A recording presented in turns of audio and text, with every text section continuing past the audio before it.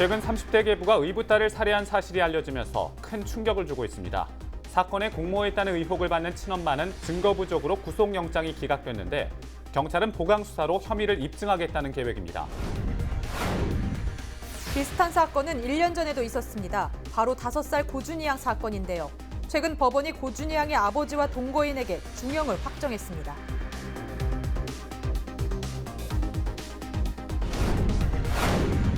이번 목포 중학생 사망 사건을 계기로 보호장치를 점검해야 한다는 목소리가 높습니다. 적극적인 신고와 더불어 부모에 대한 교육도 강조되는 분위기입니다.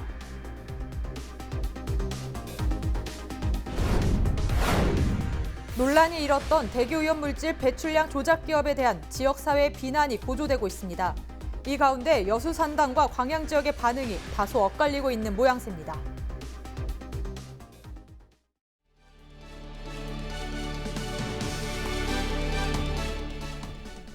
시청자 여러분 안녕하십니까? 헬로티비 뉴스입니다. 최근 30대 계부가 의붓딸을 살해한 사실이 알려지면서 큰 충격을 주고 있습니다. 특히 이번 사건은 성폭력과 가정폭력 그리고 아동학대까지 포함돼 우리 사회에 또 한 번 경종을 울리고 있는데요. 5월 가정의 달을 맞아 씁쓸함이 더해지는 이번 사건. 기획보도를 통해 아동학대 사례와 남겨진 과제는 무엇인지 자세히 짚어보겠습니다. 먼저 의붓딸을 살해 사건에 대한 조사 결과와 앞으로의 전망을 고정민 기자가 살펴봤습니다. 모자를 눌러쓴 남성이 경찰서를 나섭니다. 여중생인 의붓딸을 살해한 혐의를 받고 있는 김모 씨가 경찰 조사를 마치고 검찰에 넘겨진 겁니다. 김 씨가 차량에 오르기 전 의붓딸에게 남긴 한마디. 미안하다. 정말 미안하고 죄송합니다. 답변 대신 혐의를 인정한다면서 고개를 끄덕이기도 했습니다. 혐의는 인정하신가요? 김 씨는 지난달 27일 12살인 의붓딸을 차에 태운 뒤 무안의 한 농로에서 목졸라 살해하고 시신을 저수지에 버렸습니다. 자신을 신고하겠다는 의붓딸에게 일삼은 성범죄가 알려지는 게 두려웠기 때문입니다. 결국 김 씨에게 살인죄보다 무서운 보복살인 혐의가 적용됐습니다. 하지만 당시 현장에 함께 있던 여중생의 친엄마인 유모 씨에 대해선 보강 수사가 진행되고 있습니다. 앞서 유 씨에 대한 구속영장이 증거 부족을 이유로 한 차례 기각됐기 때문입니다. 유 씨는 당시 남편이 무서워 범행을 말리지 못했다는 주장을 펼치고 있는 상황. 경찰은 유 씨의 공모 여부를 밝혀낼 구체적인 증거를 찾아 구속영장을 다시 청구할 방침입니다. 우리가 지금 불구속으로 송치한다고 해서 이상할 것은 없어요. 확인된 자료를 바탕으로 다시 구속의 필요성이 있는지 없는지 한번 다시 판단해야 돼. 검토 중인 게 맞습니다. 현재 유 씨는 남편의 강압적인 태도 때문에 신고를 하지 못했다며 혐의를 전면 부인하고 있습니다. 그러나 경찰은 혐의를 입증할 만한 증거 확보에 자신감을 보이며 수사력을 집중하고 있습니다. 헬로티비 뉴스 고정민입니다. 앞서 보신 것처럼 부모에게 죽음을 당한 중학생 소식을 되짚어볼수록 안타까움은 커지기만 합니다. 왜 이런 비극이 반복되는지 참담한 심정인데요. 지금으로부터 1년여 전 부모 손에 아이가 사망한 사건이 또 있었습니다. 바로 5살 고준희 양 사건인데요. 최근 법원이 고준희 양의 아버지와 동거녀에게 중형을 확정했습니다.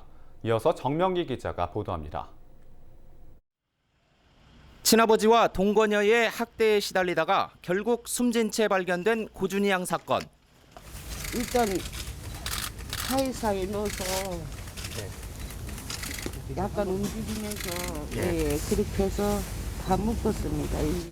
이들은 병을 앓던 5살 배기의 시신을 유기까지 해가면서 세간에 충격을 줬습니다. 불쌍한 것을 어떻게 그렇게 죽이냐. 아이고 이거 어떤 일이야 불쌍해서. 그러나 징역 20년 등 중형을 선고받은 이들은 형량이 무겁다며 대법원에 상고했고 재판부는 이를 기각하고 원심을 유지했습니다. 그렇다면 1년이 훌쩍 지나는 동안 사건을 겪은 전북 지역의 경우 어떤 변화가 이루어지고 있을까? 전주와 익산, 남원 등 현재 운영 중인 아동보호 전문기관은 모두 3곳. 오는 7월이면 군산에 한 곳이 늘어 정식 운영될 계획입니다.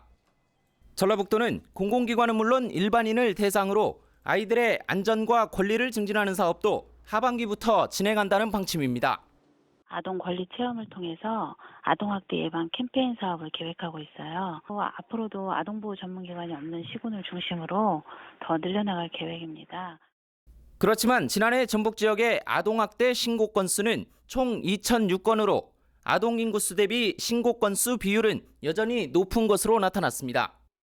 사실 아동학대 행위자는 85% 이상이 친부모에 의한 학대가 발생하고 있는 상황이거든요.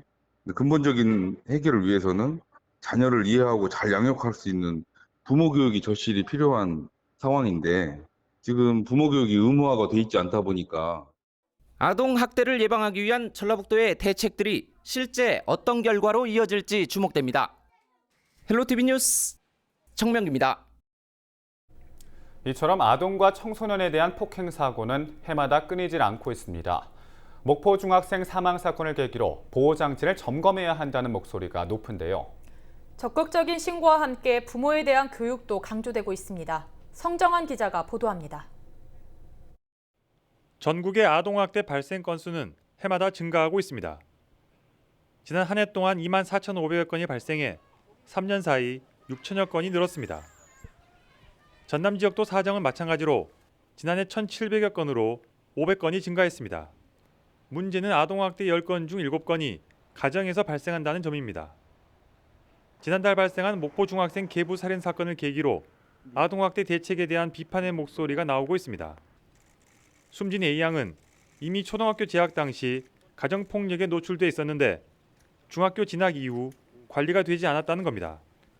하지만 가정폭력의 경우 부모들이 개인정보를 이유로 폭력 사실 인계를 문제 삼아 지속적인 관리가 쉽지 않은 것도 현실입니다. 또 강제로 피해 아동과 청소년을 보호시설에 지내도록 하는 법령이 있지만 재판 과정에 부모와 지내겠다는 의사를 밝힐 경우는 가정으로 보낼 수밖에 없습니다. 때문에 전문가들은 근본적인 사고 예방법으로 부모 교육이 필요하다고 강조합니다. 미국 같은 경우에도 이제 아동학대로 인한 문제가 크기 때문에 어떤 그 아동학대 발생 후 사후에 관한 거에 대한 예산보다는 사전에 좀 아동학대가 일어나지 않도록 부모 교육에 상당히 많은 예산을 투자하고 있는 것 같아요. 정말 아이 키우다가 내가 궁금하고 잘못하는 거 있으면 어디에 가서든지 좀 상담하고 배우고 수시로 할 수 있는 그런 데들이 조금 마련되었으면 좋겠다. 이와 함께 학대를 예방하기 위한 신고의 중요성이 다시금 강조되고 있습니다. 성범죄를 알리는 이른바 미투 운동이 확산되면서 전라남도 내 학대 신고 건수는 지난해 2천여 건을 넘었습니다. 관계자들은 여전히 잠재된 아동학대는 많다며 피해를 최소화하기 위해 적극적인 신고를 당부했습니다. 우리가 저게 아동학대일까 아닐까 하는 순간에 정말 아이들이 그 사망한 사례도 실제 있었고요. 이제 외국 같은 경우에는 아동 인구 수당, 아동학대로 신고된 그 신고율 한 10% 정도가 된다고 해요. 근데 우리나라는 현재 한 3%, 4% 정도밖에 안 돼서 여러 여건을 감안하더라도 숨진 A양처럼 집중 보호해야 하는 경우는 또다시 발생할 수 있습니다. 때문에 교사와 상담사, 교육복지사 등 학교 종사자를 재배치해 촘촘한 안전망을 만드는 것도 시급한 과제로 떠오르고 있습니다. 부모에게 사랑받지 못하고 세상을 떠난 A양. 그리고 어디선가 고통을 받고 있을 또 다른 아동 청소년을 위한 제도 보완이 어른들에게 과제로 남았습니다. 헬로티비 뉴스 성정환입니다. 아동폭력의 심각성에 대한 인식은 예전보다 많이 높아졌지만 아동학대 범죄 발생률은 해마다 늘어나고 있습니다. 이제 아동폭력을 근절하기 위해서는 부모의 역할을 넘어 사회적인 책임도 중요하다는 목소리가 높아지고 있습니다. 여론은 지금 서채리 기자입니다.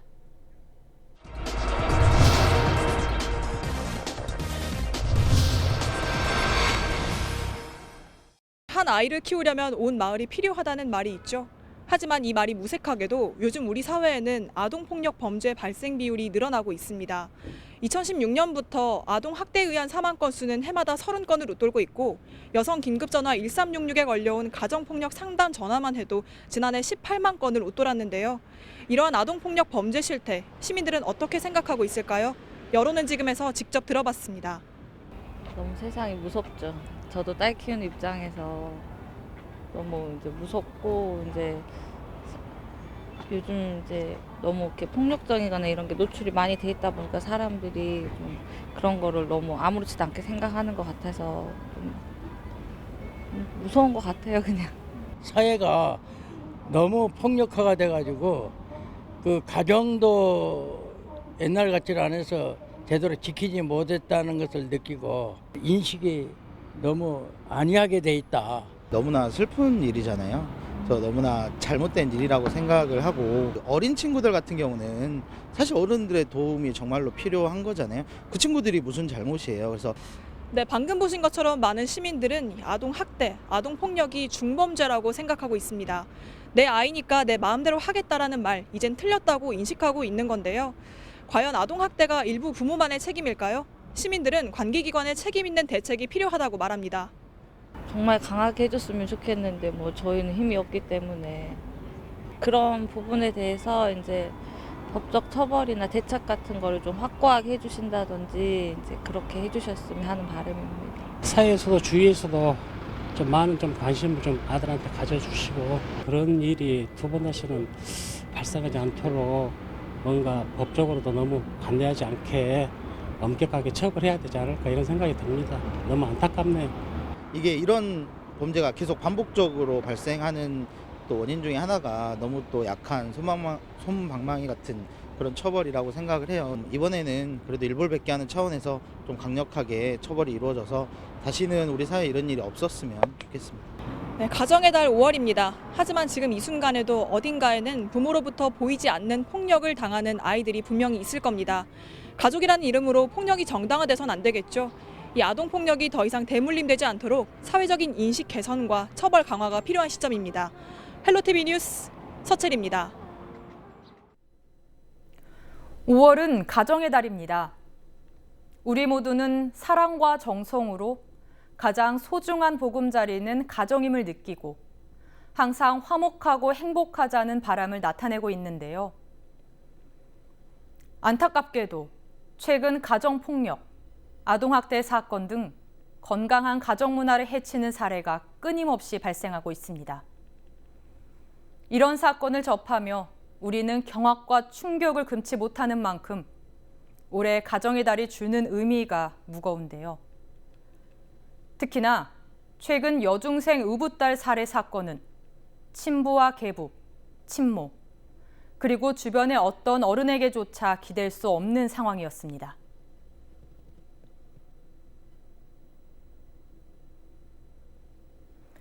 슬프게도 이 아이를 사전에 보호할 수 있는 제대로 된 방안조차 아직 마련되지 못한 게 현재 우리 사회의 현실입니다. 아동학대의 예방이 무엇보다 중요하지만 끔찍한 건 학대로 인해 숨지는 아동이 한 해 30여 명이 넘는다는 것입니다. 학대로 사망한 그 아이들이 어떤 고통 속에서 있었을지 여러분은 생각해 보신 적 있으신가요? 아동학대 가해자의 대부분은 부모라고 합니다. 아동이 가장 안전한 버팀목에 대해야 할 부모가 역설적으로 아이를 벼랑 끝으로 몰아내고 있습니다.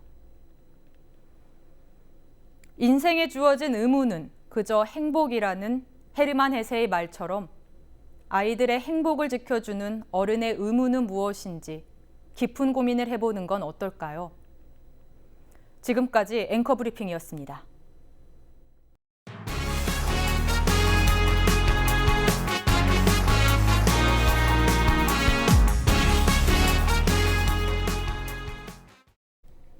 전남 지역 대기오염물질 배출 수치 조작 사건에 대한 보도를 이어가겠습니다. 지난달 환경부가 문제기업에 대한 실명을 발표하면서 환경단체와 산단 주변 주민들의 비난이 고조되고 있는데요. 여수 산단 주민들은 전남도와 환경부에서까지 집회를 확대할 조짐을 보이고 있는데요. 반면에 광양 지역의 경우에는 시민사회 차원의 문제 제기가 미미해 의아함을 불러오고 있습니다. 여수와 광양 지역의 현상을 서경 기자가 비교해봤습니다. 여수 산단을 중심으로 광양과 광주 산단에서까지 대기오염물질 배출 수치를 조작한 235개 기업. 환경부가 관련 기업의 실명을 발표한 직후 여수 지역 환경단체와 주민들의 비난은 거셌습니다. 심지어 여수 산단 주변 주민들은 버스 40여 대를 나눠 타고 시청 앞 집회를 벌이며 솜방망이 처분 수위와 재발 방지책에 대한 목소리를 키우고 있습니다. 이런 일이 재발되지 않도록 정부에서 법적 정비와 대책을 수립해서 여수 시민들을 안심시켜야 합니다. 그런데 여수와 인접한 도시인 광양 지역 분위기는 사뭇 다릅니다. 포스코 광양제철소 연관기업인 SNNC도 수치를 조작한 사실이 확인됐고 대한시멘트 태인공장도 문제기업에 포함됐습니다. 하지만 주민과 환경단체 20여 명이 참여한 소규모 집회가 한 차례 있었을 뿐 한 목소리를 내기 위해 시민사회가 연대하는 모습조차 없습니다. 고요한 분위기 속에서 지난 8일 정의당에서 광양만권 환경오염 대책위원회를 꾸린 게 전부입니다. 정의당과 함께 문제기업을 규탄하고 나선 광양만 녹색연합은 포스코만 거론되면 한 발 물러서는 지역사회 내 고착화된 분위기에 대해 일침을 놨습니다. 지역 연대를 제안하였죠. 하지만 지역사회에서 매우 바라보는 시각은 차가웠습니다. 광양제철에 누가 손가락질을 할 수 있는가. 광양제철소의 환경 문제를 과거에도 많이 있었지만 개선된 적은 사례는 없었다. 무려 4년 동안 1급 발암물질을 포함한 대기오염물질 배출 수치를 의도적으로 조작한 235개 기업. 조작 사건에 대한 대응은 지역에 따라 온도차가 큽니다. 헬로티비 뉴스 서경입니다. 지난해 전라남도를 방문한 외국인 관광객 비율이 전국 최하위 순인 것으로 나타났습니다. 문화체육관광부가 한국관광공사와 함께 지난해 한국을 방문한 외래 관광객 16,469명을 대상으로 외래 관광객 실태 조사를 벌인 결과 전국 17개 광역시도 가운데 전남 방문율은 0.7%에 불과한 것으로 조사됐습니다. 이는 0.4%인 세종시에 이어 전국에서 두 번째로 낮은 수치입니다. 광주시도 1.1%에 불과해 13위를 기록했습니다. 반면 서울이 79.4%로 가장 많았고 경기도 14.9%, 부산 14.7%, 강원이 9.7%로 상위권을 차지했습니다. 검찰이 토속 채취 허가 비리 의혹이 제기된 고흥군을 압수수색했습니다. 광주지검 순천지청은 2016년 토속 채취 허가 과정에서 특정 업체에 특혜를 준 의혹으로 고흥군을 압수수색했다고 밝혔습니다. 검찰은 토속 채취 사업 과정에서 해당 사업자가 이른바 부지 쪼개기로 환경 영향 평가를 피했다는 의혹을 수사하고 압수수색을 통해 위법 여부를 가릴 방침입니다. 여수선언 실천위원회와 동서포럼이 여수 세계박람회장 민간 매각을 중단할 것을 촉구하고 나섰습니다. 여수시민사회는 세계박람회장을 매각하는 것은 2012 여수 세계박람회 유산과 정신에 반하고 2022년 유엔 기후변화 협약 당사국 총회 개최 계획에도 차질이 발생할 수 있다며 민간 매각을 중단해야 한다고 주장했습니다. 한편 세계박람회장 내 국제여객선 부두와 배후 부지를 매입하겠다는 민간 투자자가 나오면서 세계박람회장 매각이 속도를 내고 있습니다. 고속도로에 떨어진 화물을 치우던 운전자가 달려오던 승용차에 치여 숨졌습니다. 9일 새벽 4시쯤 순천시 서면 남해고속도로 순천 방향 1.6km 지점에서 카자흐스탄 출신 20대 운전자 A씨가 차에 치여 숨졌습니다. 경찰 조사 결과 A씨는 앞서 일어난 추돌 사고로 고속도로에 떨어진 화물을 치우기 위해 차에서 내렸다가 사고를 당한 것으로 드러났습니다. 경찰은 A씨와 함께 차에 탔던 동승자 등의 진술을 토대로 정확한 사고 경위를 조사하고 있습니다. 정부의 어촌 뉴딜 300 사업의 선도 사업지로 전남 두 곳이 선정됐습니다. 해양수산부는 목포시 달동 일원과 여수시 남면 안도항 등 8곳을 선도 사업 대상지로 선정했다고 밝혔습니다. 해양수산부는 지난해 12월 전국 70곳을 뉴딜 사업 대상지로 선정했습니다.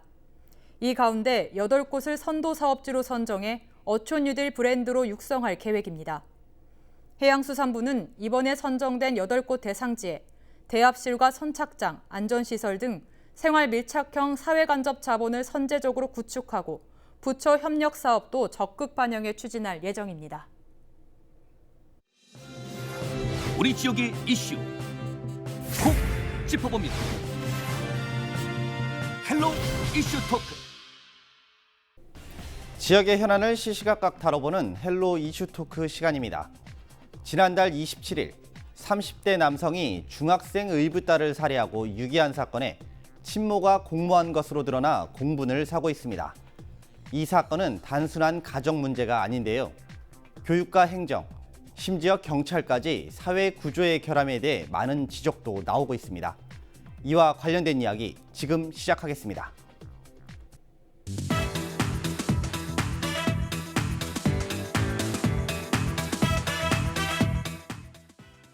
네, 사실 좀 마음이 무겁습니다. 일단은 뭐 이번 사건이 일어난 것들에 대해서 국민들이 많은 공분을 좀 사고 있는데, 일단 사건이 전반적으로 어떻게 진행이 됐던 건지 좀 일단 짚어봐야 될 것 같은데요. 일단 설명을 좀 해주시죠.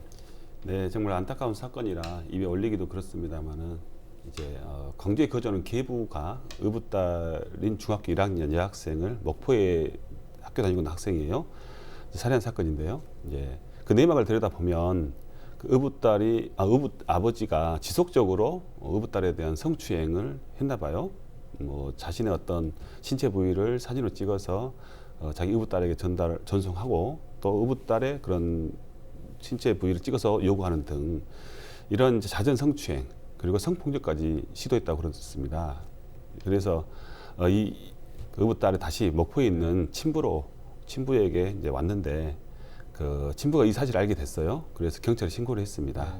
근데 이게 가해자가 광주에 거주하기 때문에 목포 경찰서에서 수사를 다루지 않고 광주로 이관하는 데 시간이 좀 걸렸던 것 같습니다. 이 기간 동안 그 가해자가 자신 의붓딸이 자신을 성추행을 신고한 사실을 알게 됐어요. 이것도 경찰이 친모에게 알려줬는데 친모를 통해서 친부가 의붓 아버지 알게 됐죠. 그래서 안갚음 보복을 하기 위해서 더욱 안타까운 것은 그 친모와 함께 목포에 내려와서 그 딸을 유인해서 자동차에 태워서 광주 근처에 있는 데서 살해했는데 그 친모가 그 앞좌석에 앉아 있다는 이 사실도 밝혀졌잖아요. 네. 그래서 뒷좌석에서 목졸라 살해하고 그 사체를 이제 저수지에 그 발목에 마대쪽으로 돌을 넣어가지고 이렇게 이제 묶어서 유기했고 이게 사체가 떠올랐는 상태에서 이제 경찰에 수사 들어가니까 이 살인자가 경찰 자수하는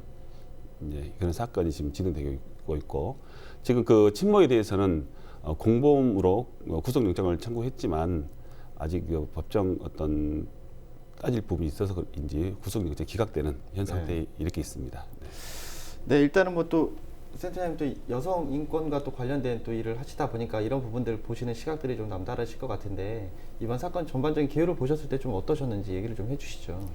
결국은 이제 개인의 이탈, 개인의 문제로 드러나긴 했었지만 결국 제가 봤을 때는 이 한국 사회의 성평등의 문제라고 불평등의 문제라고 생각이 듭니다. 그래서 한국 사회에서 지금 여성 혐오가 일상적으로 이루어지고 그리고 여성에 대한 모태상어나 상품화가 일상적으로 이루어진 사회에서 당연히 일어날 수밖에 없는 그리고 여성에 대한 인권 치수가 굉장히 낮기 때문에 일어날 수밖에 없고요.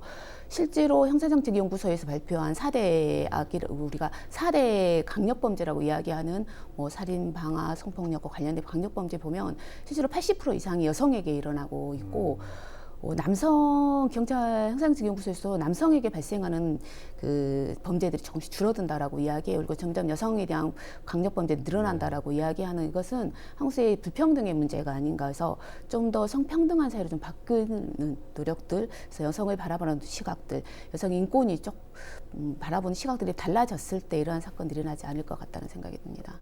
아니 뭐 그렇다면 이제 사건을 좀 더 깊숙이 좀 짚어봐야 될 것 같습니다. 일단은 뭐 이제 이번에 피해를 입었던 이제 여중생 A양이 사실은 이제 부모님 이혼 후에 양쪽 집도 좀 오가고 또 특별 심리 치료도 좀 받고 뭐 이런 생활들을 좀 했다고 전해지고 있습니다. 실제로 좀 어떻게 생활을 했는지 좀 얘기를 해주시죠. 예, 제가 이제 이번 사건을 보면서 직접 이 아이를 이제 케어했던 그런 이제 당사자도 만나보고 했어요. 했는데 초등학교 4학년 때 그 친부로부터 어떤 가정폭력을 당해서 아동보호기관에 일시 수용되기도 했었고 그로 인해서 이제 의붓 아버지가 있는 광주로 전학을 갔습니다.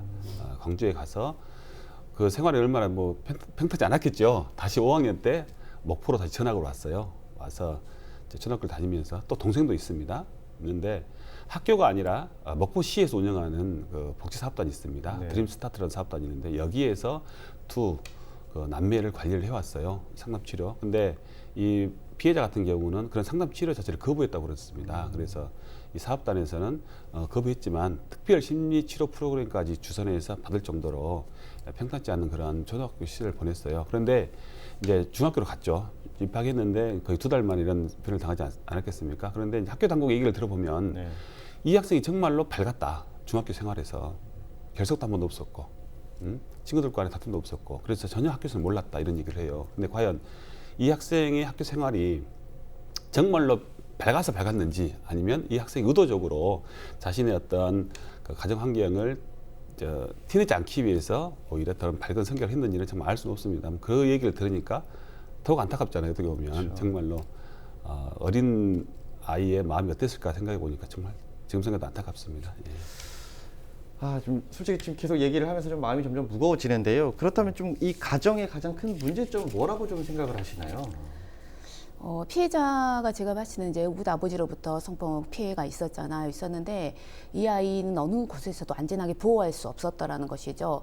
아까 이제 말씀하신 것처럼 초등학교 4학년 때 아버지가 친부에 의한 가정폭력으로 실제로 금지 그 법원에서 적응금지 명령까지 내려졌었고요. 그런 상태에서 친모에게 갔었는데 이 친모에게 갔었을 때도 우부자 아버지와 친모로부터 성적 학대 그리고 실제로는 신적 폭력도 있었고요. 방임 같이 그리고 어머니로부터의 방관 있으면서 이런 성폭력 사태들이 계속 발생해서 이 아이가 어느 곳에서도 안전하게 있을 수 없는 가정, 그러니까 마음 편하게 있을 수 없는 것들이 굉장히 문제였고 또 하나는 이 아이를 그러면 사회에서도 과연 이 아이를 보호해줄 수 있었는가라고 했었을 때 사회적 시스템 속에서도 이 아이를 보호해줄 수 없었다라는 그 안타까움이 있었던 것 같습니다. 그래서 우리가 이제 한 가정의 문제로 자꾸 접근하는데 이 가정의 문제보다는 이 사회구조 구성, 가정이라는 것은 끊임없이 문제를 발생해내는 것들이잖아요. 그래서 그렇다면 이 끊임없이 발생해내는 문제들을 사회 안에서 어떻게 보호하고 안전하게 조치를 취할 것인가의 문제였는데 전혀 그러한 시스템들이 작동하지 않은 것에 대한 문제였던 것 같아요.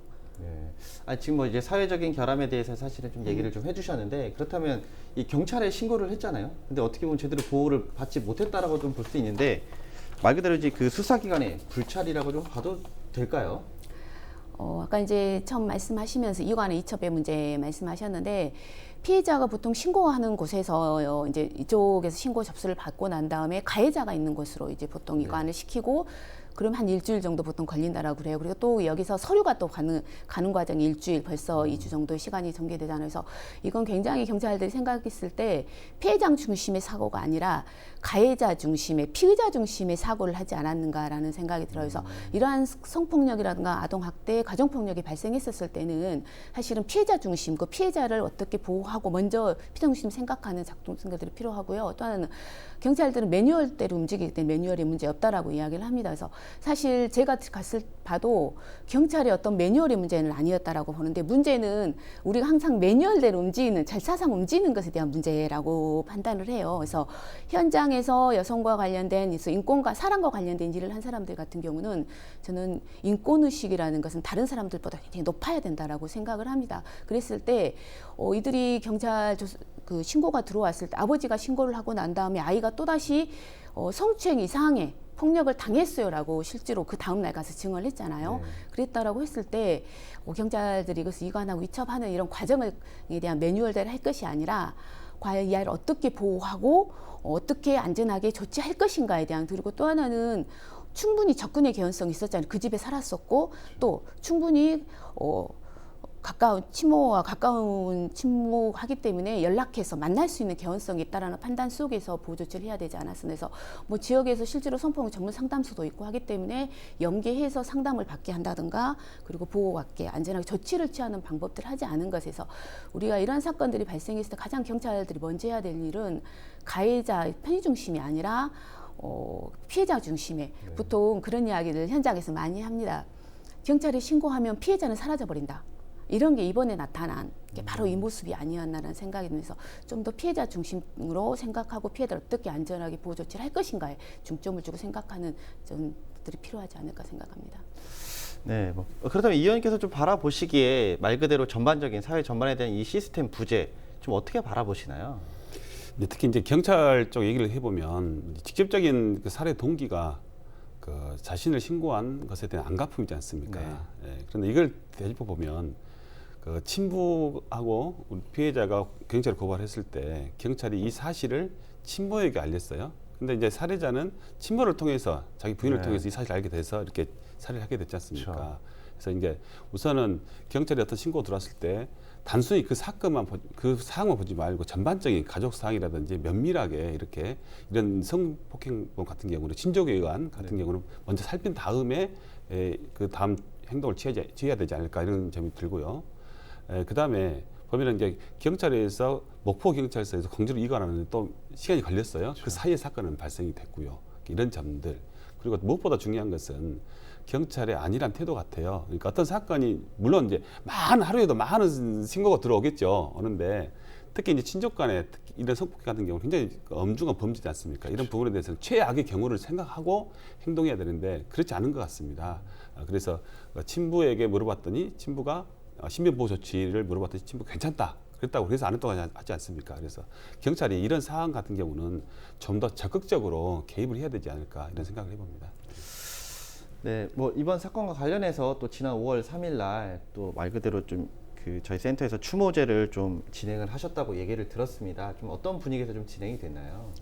일단 너무 안타까웠고요. 이제 급하게 저희가 진행되면서 노래라든가 춤을 추시는 분들은 그걸 이제 춤이나 노래로 추모를 하셨었고요.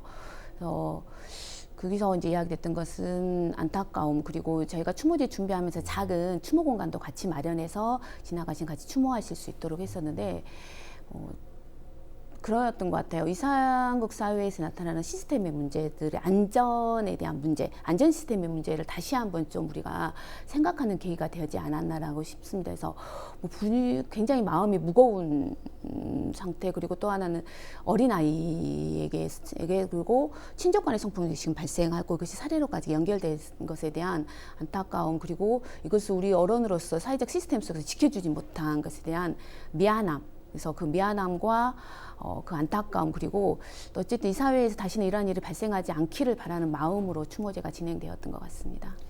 뭐 지금 또 남아 있는 가족들도 사실은 좀 있으실 것 같아요. 뭐 물론 이제 친부나 친모, 또 뭐 의붓 아버지도 마찬가지겠지만 또 다른 가족들도 분명히 있을 것 같은데 그 가족들의 좀 어떤가요? 지금 현재 상태가?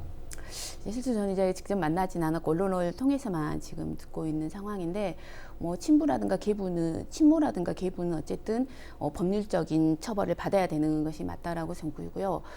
실제로 어떤 사례가 있었냐면은 그동안의 가정폭력 피해 여성들 가정에서 일어나는 아동 성폭력인 경우에, 친족 성폭력이 발생했었을 경우에는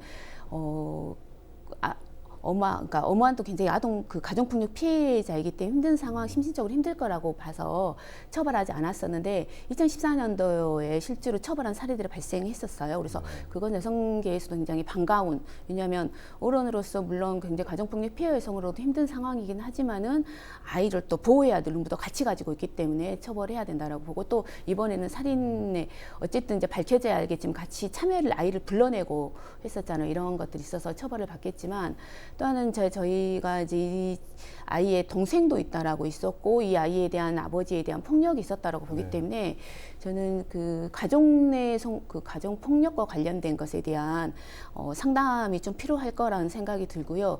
그 외의 가족들에 대한 피해자 지원에 대한 걸로 또 상담과 심리 치료가 같이 병행돼야 된다라고 생각을 합니다. 네. 의원님, 그렇다면 사실 뭐 이미 사건이 벌어졌고 또 이렇게 또 경찰 수사가 진행 중이지만 어쨌든 우리가 지금 또 찾아야 될 해법들이 분명히 있을 거라고 생각이 들거든요. 뭐 일단 교육적으로나 또 행정적으로 먼저 좀 풀어야 될 숙제들은 어떤 것들이 좀 있을까요? 네, 제가 이번 사건을 계기로 교육 당국에서 너무 안일한 태도를 가지고 있다. 마치 이 사건이 한 가정의 비극으로 치부하거나 아니면 경찰의 어떤 안일한 대처이지 우리 교육 당국에는 어떤 문제가 없다라는 인식을 바라본 것 같아서 제가 강력히 문제 제기를 했어요. 이건 우리 교육의 복지 시스템의 문제다. 무슨 말씀이냐면 초등학교 때 정말로 이 피해자가 많은 고통을 겪었지 않습니까? 네. 그러면은 이미 초등학교에서 그 사례 관리가 들어갔어야 됩니다. 초등학교에서 학교 당국이. 그런데 학교 당국은 그렇지 않았습니다. 오히려 지자체의 복지센터에서 사례 관리에 들어갔어요. 그러면 지자체의 사례 관리 내역들이 학교로 전달되지가 않습니다.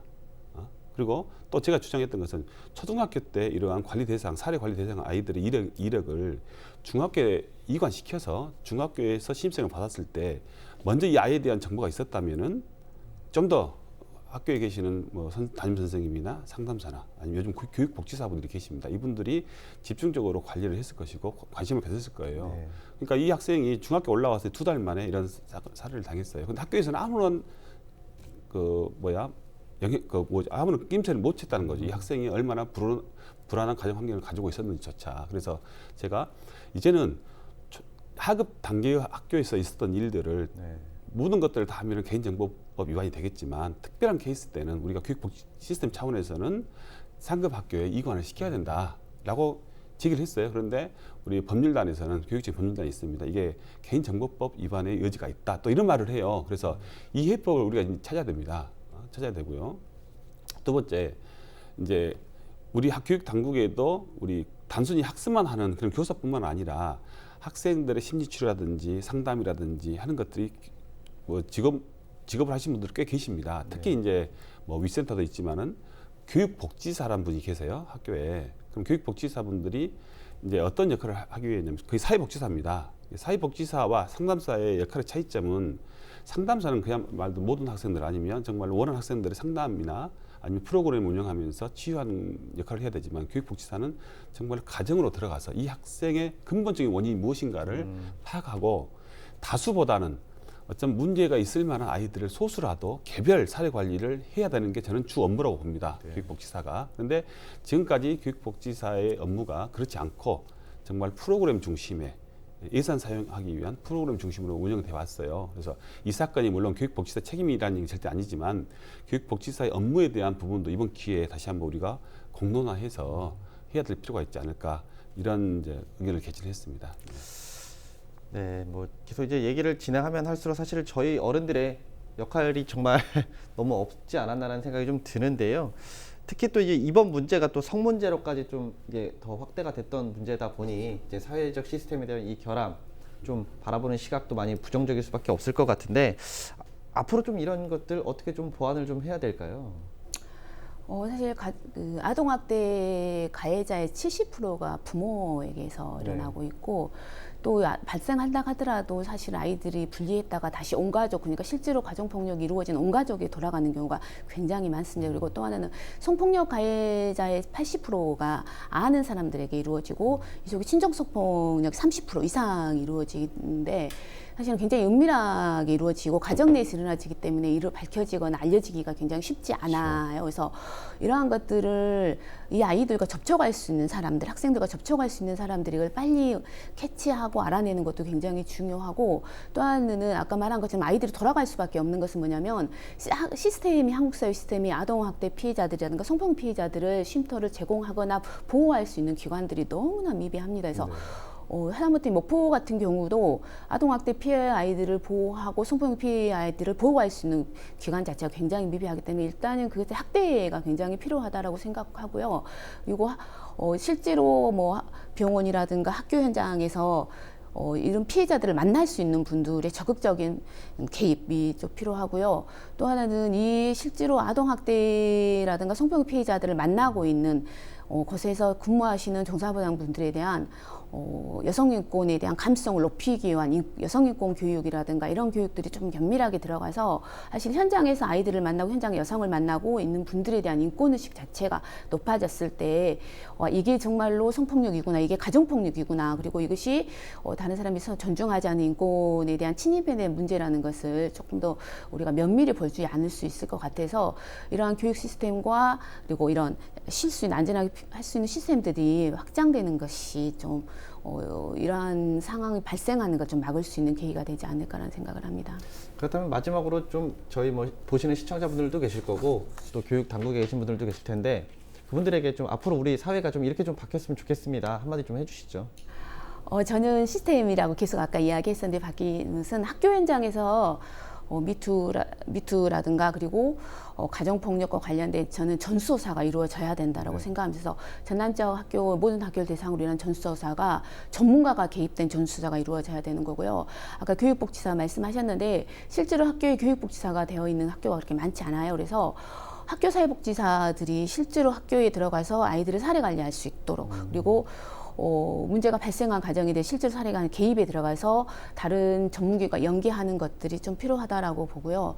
또 하나는 우리가 피해자들이 봤을 때 피해 사실을 저희가 피해자들이 가장 힘든 부분이 뭐냐면 가정폭력이나 성폭력 피해자가 피해 사실을 입증해야 되는 거예요. 어떤 범죄도 피해자가 피해 사실을 입증하는 범죄가 있지 않거든요. 근데 피해자가 내가 피해자예요. 내가 너무 힘들어요. 라는 걸 입증해야 되는 사회는 뭐냐면 그들을 결국 피해자로 보지 않는 시각이 저는 높다라고 생각하기 때문에 성폭력 피해자를, 가정폭력 피해자를 그래서 여성을 보는 시각들이 바뀌어야 되는 거고 그렇기 위해서는 우리 사회에서 성상품화라든가 성적 여성에 대한 성대상화가 실제로 막 이루어지고 있고 그러한 것들이 사회 문제로 이루어지고 이렇기 때문에 이러한 것들에 대해서 교육하고 시대를 바꿔낼 수 있는 시스템들이 이루어져야 되는 거 가장 우선적으로 이것을 관리하고 이들을 정책을 실현하는 관리자와 정책을 받는 분들이 먼저 교육받고 이들의 감수성이 달라질 수 있는 교육들이 마련돼야 된다고 보입니다. 네.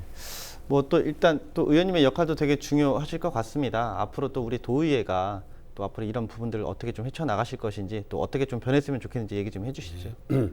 지금 우리 학교 당국이 할 수 있는 일은 그 동생입니다. 동생이 지금 4학년에 재학 중에 있어요. 근데 뭐 성인들이야 뭐 감당낼 수 있겠지만은 이 동생은 얼마나 큰 충격을 받았겠습니까? 근데 이 동생에 대한 보호 조치가 아직 들어가지 않았어요. 제가 이 부분에 대해서 강하게 질타를 한 겁니다. 교육 당국에. 해당 학교에서는 이 피해자의 동생이 학교에 재학한 사실조차 모르고 있었어요. 이게 얼마나 한심한 내용입니까? 한 아이도 포기하지 않겠다고 매번 약속을 하지 않습니까? 근데 그런 약속이 헛고가 안 되기를 다시 한번 이번 사건을 계기로 우리 교육 당국에 제가 주문을 하고요. 두 번째가 계속 우리 소장님께서도 시스템 문제를 말씀하셨지 않습니까? 그런데 이게 특히 이번 사안처럼 정말 신중한 사안들은 개별 단위의 기관에서만 할 게 아니라 학교와 지자체와 또 경찰서와 또 민간 전문기관과 서로 상호 유기적으로 소통할 수 있는 그러한 시스템을 만들어야 됩니다. 그렇지 않고서는 또 이런 사건이 계속 반복될 겁니다. 그래서 이번 사건을 계기로 해서 정말 우리가 그냥 지나가는 일이 아니라 모두가 모여서 한번 이런 종합적인 시스템을 만들자고 제안합니다. 네. 일단 뭐 우리 어른들의 잘못인 것 같습니다. 어른들이 먼저 움직이셔야 될 것 같고요. 이런 부분들은 또 우리 사회가 함께 대책도 마련을 하고 또 함께 공론화도 시켜야 될 부분인 것 같습니다. 오늘 이야기는 여기까지 진행하도록 하겠습니다. 오늘 말씀 감사합니다. 이번 사건을 보면서 우리 사회의 또 다른 모습을 볼 수 있었습니다. 보호조치 소홀과 인권 침해, 여전히 이들을 보호할 어떠한 장치도 제도도 마련되어 있지 않은 지금 교육당국은 물론 행정과 경찰, 우리 사회 전반에 대한 대책 마련이 필요해 보입니다. 지금까지 헬로 이슈토크였습니다.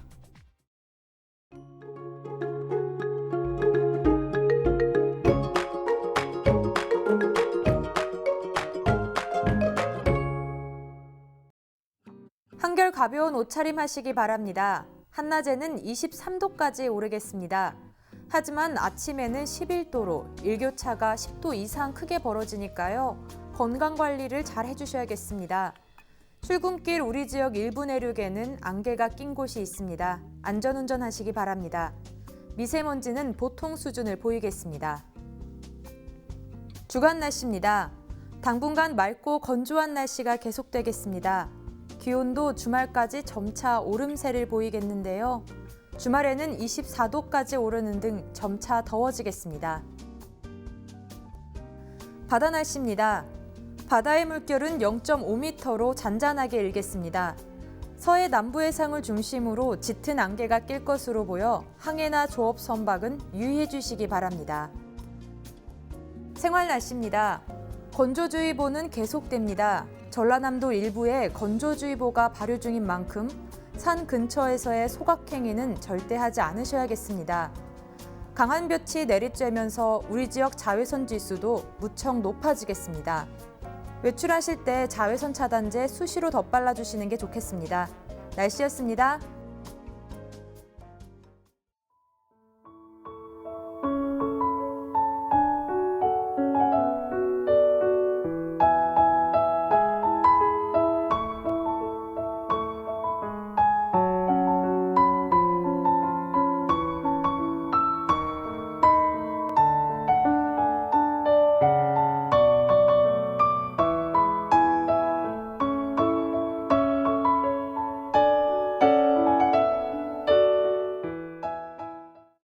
이상으로 헬로티비 뉴스를 마칩니다. 저희는 언제나 지역 주민 여러분 곁에 있겠습니다. 고맙습니다.